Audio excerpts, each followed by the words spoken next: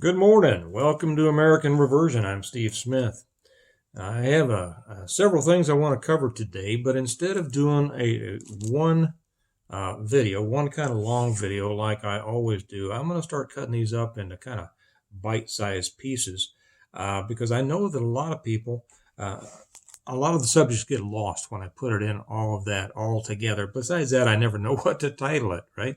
Because we cover so many different things. And I also know that a lot of times you might like to send one or two of the news items to friends of yours, but you don't want to send the whole thing. This is my assumption. Nobody's actually told me this, but I can see where that would be right. Might want to send it to friends, but you don't want to send the whole thing because you're afraid that they'll get lost in it and they won't watch it.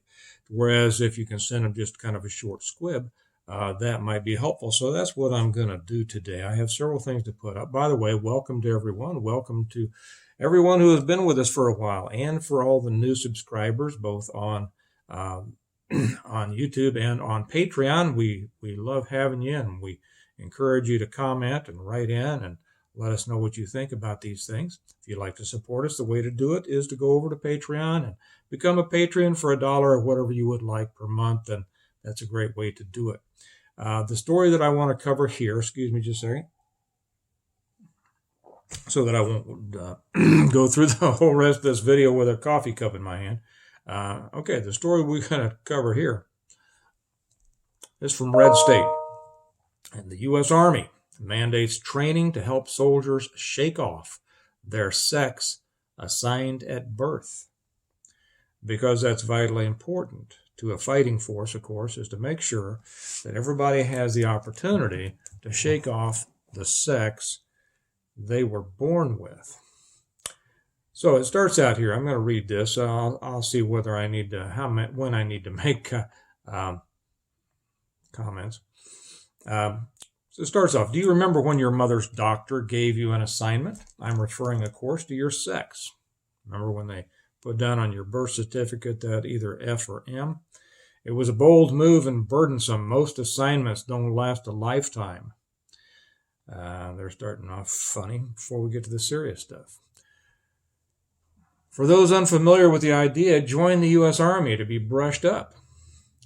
The Washington Free Beacon has reportedly obtained slides from a brand spanking new policy on the military service of transgender persons and persons with gender dysphoria training presentation. Last month, officers were educated so they might school their subordinates. The material was provided by a high-ranking officer in the Army Special Forces.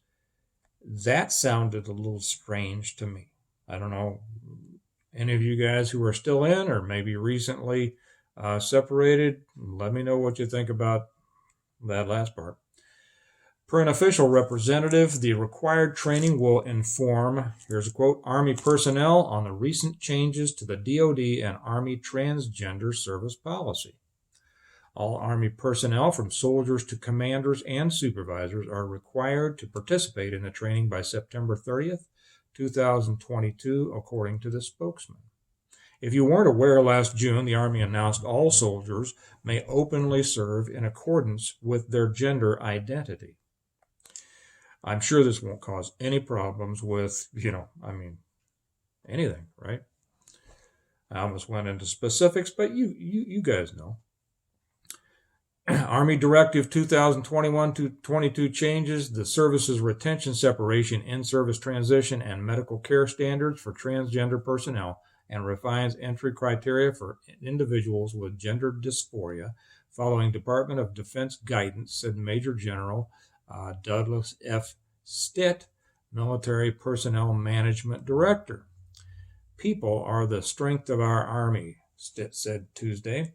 Our ability to assess and retain qualified personnel provides a more diverse and stronger Army, enhancing readiness. Well, we most of us are aware of the military's recent ability to attract and retain high-quality individuals, right? Of course, nothing creates a stronger Army aside from better means by which to thwart, penetrate, and destroy things. But these are the days of language as symbolism rather than conveyance of fact. We're a softer society, and the military is attempting to undo its unrefined reputation. They have a video on here. Maybe some of you have seen it. Probably most of you have not. It's entitled Emma. And I encourage you. I'm putting this article, which includes the embedded video, on the Patreon channel. That's why you might want to be over on Patreon. I put a lot of stuff over there that never gets on the YouTube channel. And for crying out loud, it only costs you $1. You would want to see this stuff. The new training purportedly provides several transgender-related scenarios along with the proper response. You guys been through that stuff? You guys been through that training? I have. Oh man, I did not. They did not. Well, I'll leave that alone. In one situation, a soldier who was assigned male at birth says he identifies as female, lives as a female in his off-duty hours, and is not requesting to be treated as a female while on duty. In that case, the soldier should be treated with dignity and respect, and no further action is required. Well, I want to say this. I am all for treating people with respect. The way people use the term dignity is totally misused. Anyway, if the transgender soldier, however, later requests to be identified as a female during duty hours and or experiences increased distress relating to his gender identity, the officer in charge must inform the soldier of the Army's transgender policy and recommend that he see a military medical provider. So across the board, it continues, Uncle Sam's sexual tune has changed. Concerning the armed forces, I think he's probably concluding this, I don't know, our branches. Concerning the armed forces, our branches are waving in the wind of wokeness. That's a great line. Here's another example training scenario. Also included in the presentation, a soldier is assigned female at birth. Which means they were a female at birth, right? They weren't assigned.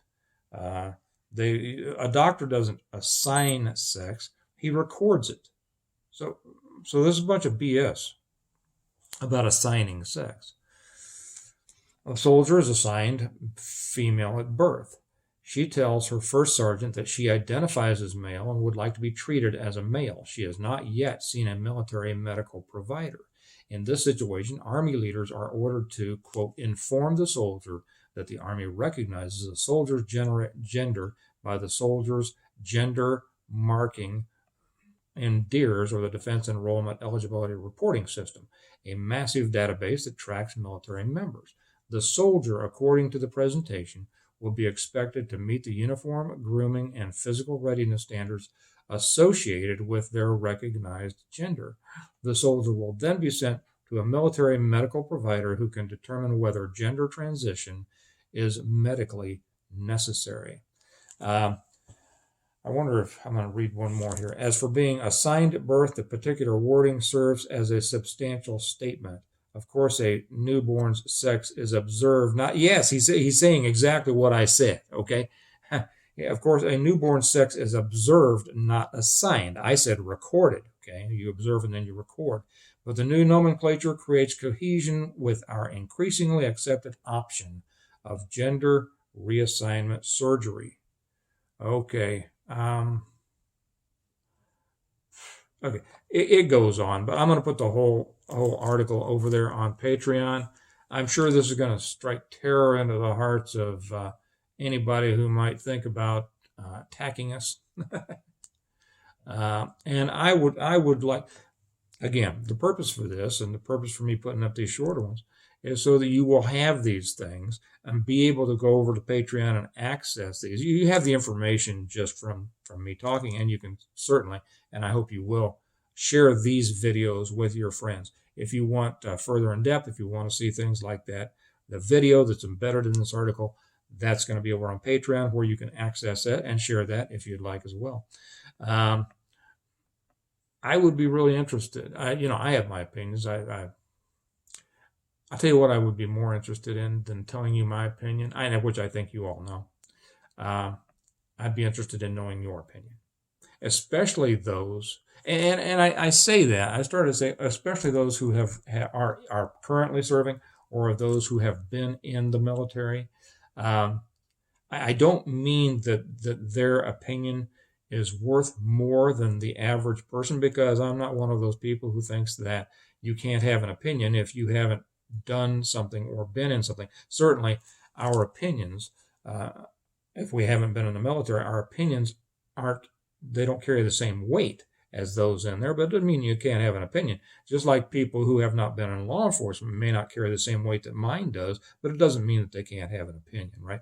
And so I want to hear everybody's opinion on this, and particularly those of you guys who are either currently serving or have served in the past. So I'll let that go, because I have a couple more to do here today, and I'm looking forward to them as well. Remember, America needs a reversion. We've talked recently about whether or not a reversion is possible, or whether it has to go to something else.